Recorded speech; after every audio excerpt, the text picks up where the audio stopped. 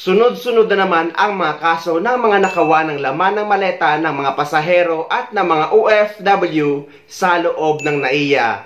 Nung nakaraan nga may nag-viral na photo at videos na pagkatapos pagnakawan ng isang maleta ay pinalitan ito ng lock kagaya nito.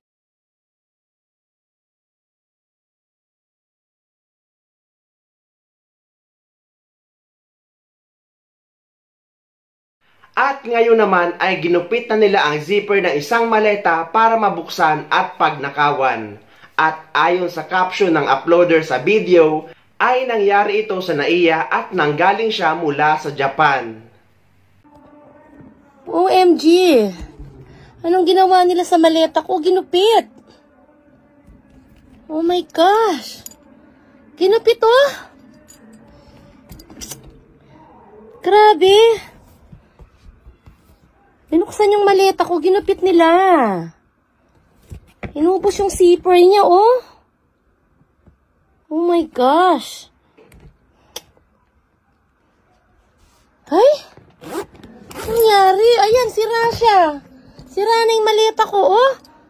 Tanggal ang mga zipper. Kasi ginupit.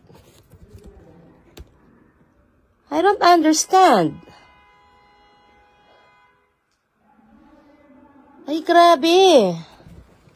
Sinira yung maleta ko. Oh my goodness. At may mga nababasa rin akong panibagong post ng mga pasahero na biktima rin ng nakawan sa loob ng NAIA. Bakit puro na lang NAIA? Hindi ba ito kaya solusyonan ng gobyerno? Or mahirap talaga ito solusyonan? Bakit noon si PRRD ang ginawa niya na kapag may isang empleyado gumawa ng masama or magnakaw ay lahat matatanggal? Kaya bawat empleyado sa NAIA ay nagbabantayan at sinisiguro nila na walang gagawa ng masama dahil kapag may gumawa ng masama ay lahat sila ay matatanggal. At kapag may gumawa man ng kalokohan ay ipapahanap niya ito at personal niya itong ihaharap sa media. Pero ngayon nakakalungkot dahil kanya-kanya na naman silang modus sa NAIA para makapagnakaw. Bumabalik na naman sila at puro na naman sa NAIA. Kaya sa mga namamahala sa NAIA, oras na siguro para gumising kayo. Dahil ganito na lang ba lagi natatak NAIA ang mga ganitong pangyayari?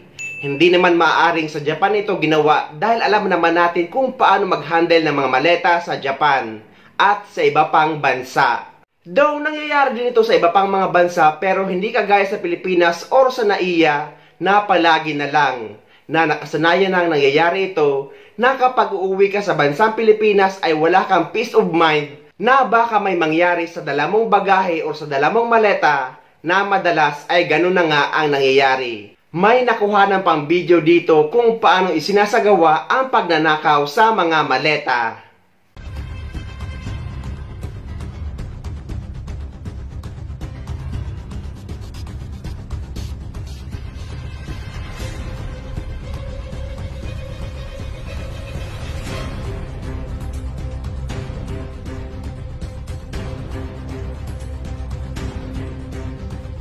Ilalagay ko guys ang original video ng original uploader sa description ng video na ito para may basihan din kayo. At sana tulong-tulong tayo may paabot ito sa kinauukulan or kay Sir Raffy Tulfo para aksyon agad. Dahil kapag may patigil ang mga ganitong kalakaran or pangyayari sa NAIA, ay lahat ng mga OFW at mga pasahero ay hindi na mapipirwisyo at may peace of mind na tayo uuwi sa bansa natin na yung mga pinaghirapan natin sa ibang bansa ay hindi na mawawala.